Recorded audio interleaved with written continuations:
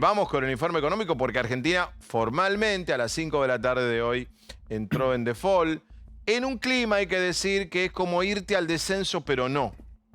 Es como que bajaste de categoría, estás en el Nacional B, pero en el Nacional B hay un partido más y capaz que nunca te fuiste de primera y te quedás en primera. Ahí estamos. Y acá con Chiquitapia puede pasar cualquier cosa. Y acá con Chiquitapia puede Como pasar River, todo. que dicen que se fue a la B y que era más importante la B que la primera. Bueno, entonces, lo que no no sabemos es si Guzmán es el técnico que te mantiene en primera, si es Caruso Lombardi, o si es JJ López, que lo mandó a River a la B. Pobre. Este es el debate. Sí. Es muy futbolero, lo dice, pero para entender dónde estamos. Dale el informe económico. En medio de la polémica por los proyectos de impuesto a la riqueza y de estatización de empresas privadas, el gobierno se prepara para la etapa final de la negociación de la deuda. Los bonistas esperan una propuesta definitiva y aseguran que no hay margen de error. Esto es un default controlado, porque vos podés pagar. No lo hace porque está en medio de una negociación con los acreedores que probablemente sea exitosa. Desde 1983 estuvimos más tiempo en default que pagando nuestros compromisos. Me parece que esta vez se va a buscar primero el acuerdo con la mayoría de los bonistas y recién después se va a presentar la oferta. Y bueno, y veremos entonces si la novela del default termina sin juicios para la Argentina. La gente tiene que saber que el default ya estaba. Por eso se llamó al Fondo Monetario Internacional. Quiero que quede claro. 2 de cada 3 pesos que tomamos de deuda fue para pagar deudas del gobierno anterior. ¿Qué van a decir los libros de historia de en qué condiciones asumió Macri? Tenía una única ventaja. Una única ventaja. Tenía muy poca deuda. Leo en los diarios que corremos el peligro de caer en default mañana. Pero ¿por qué se mienten así si estamos en default desde hace meses? Desde antes de diciembre estamos en default. Solo que no lo escriben, solo que lo ocultan. Un bono tiene, digamos, una característica muy singular. Es un contrato que el Estado firma con un acreedor. No es un dato menor. Las fechas hay que cumplirlas. Así que esto de que es anecdótico es muy grave como concepto. Ustedes saben lo que pasó con Macri. Ya en 2018, en el comienzo, apenas 2 años de gobierno, los bonistas pensaban, no nos va a pagar, no le vamos a prestar más. Somos el primer país del mundo que tuvo 2 default en el plazo de 10 años. Este de hoy, ¿va a ser el último default? ¿Va a ser la última vez que nos funden? ¿No habría que meter presos a los que endeudaron al país para que el próximo que quiera hacerlo lo piense 2 veces? Bueno, a ver, señores. Adorni, buenas noches. ¿Dónde estamos parados? Buenas noches. Bueno, estamos formalmente en un default. No formalmente porque falta un tramitecito, pero sí, hoy a las 5 de la tarde se venció el plazo, bueno, se terminó. Ahora parece que el gobierno hasta el 2 de junio piensa seguir negociando. ¿Por qué te reís? ¿Y porque qué va a hacer? Va a decir como ¿Pero vos no le crees al gobierno? Bueno, hasta antes de ayer dijo, es esto o nada. Ahora parece que van a ser más flexibles y van a negociar, lo cual me parece muy bien. Y me parece que es un tema que tienen que solucionar. Lamento que en 5 meses o 6 meses que tuvieron para arreglar esto no lo hayan arreglado, ¿no? Sí. ¿Y está ahí? Bueno, yo creo que como decía en el tape recién el presidente, la Argentina está en un default hace casi un año, ¿no? Por un sobreendeudamiento, un endeudamiento desmedido, donde el gobierno anterior ya tuvo que reperfilar vencimientos, dejó una deuda prácticamente impagable. Ustedes hacían recién una metáfora futbolera, ¿no? Digamos que si a vos te dan un equipo que está último en la tabla y te quedan 2 partidos por jugar y descendés, y probablemente no sea culpa tuya, probablemente sea culpa del técnico que lo llevó a estar en esa posición en la tabla. Es verdad lo que decís, pero Entonces, generalmente el técnico que desciende después no lo dirige en la B. No, bueno, está bien. No. Eso será otra discusión. Yo lo que quiero decir es que la responsabilidad es muy evidente. Creo que el gobierno hizo una propuesta que es muy razonable, que es, planteamos un horizonte de sustentabilidad, una deuda que podamos pagar. Antes de la pandemia hizo la oferta, digamos, planteó los criterios, obviamente con la pandemia aún más. Fíjate, si vos tomás el presupuesto anual de la Argentina del 2015, de cada 100 pesos que recauda la Argentina, 5 eran para pagar deuda.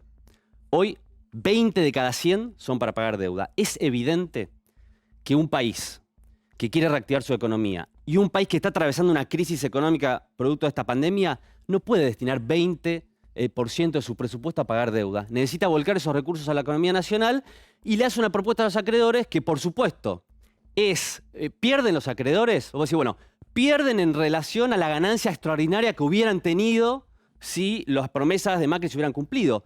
Pero la realidad es que el gobierno le está haciendo una propuesta con tasas de interés que están por encima de las que se pagan hoy en el mundo, con una quita de capital que es muy baja. Entonces, es una propuesta razonable. Menor... Pero ahí, si es razonable, ¿por qué solo tuvo el 17,6% de apoyo?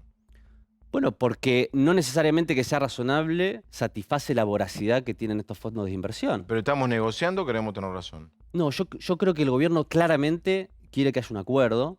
Porque entonces vamos a cambiar la propuesta como debe ser. También hay que tener consciente de esto. ¿Cuáles son las implicaciones de un default?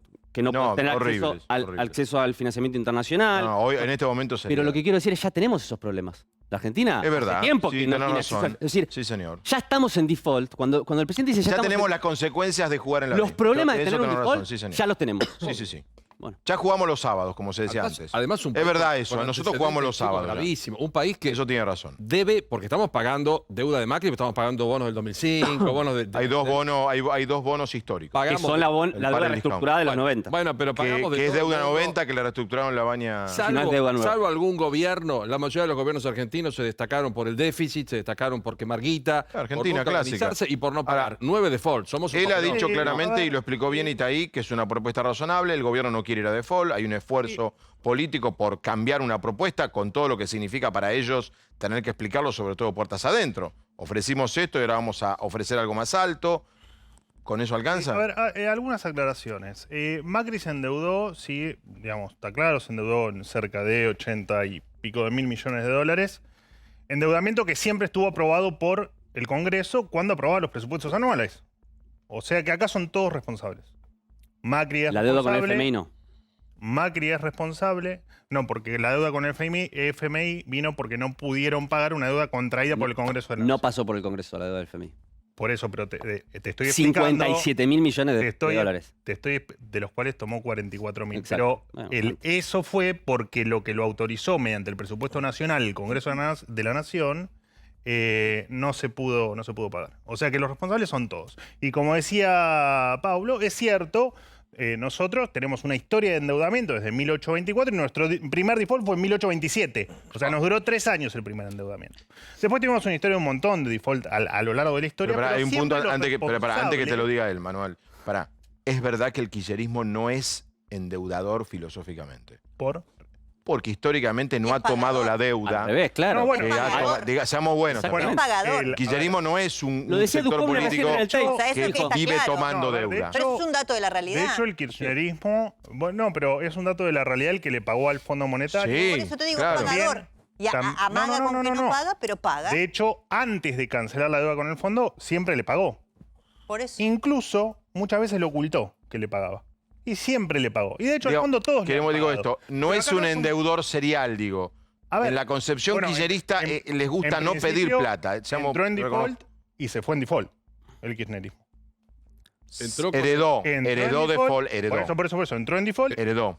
Entró con default, está bien. Por eso, entró con default. Entró con el de Rodríguez Sá. Con el default de Rodríguez Sá, que fue el papelón argentino más grande de la historia. Sí, señor.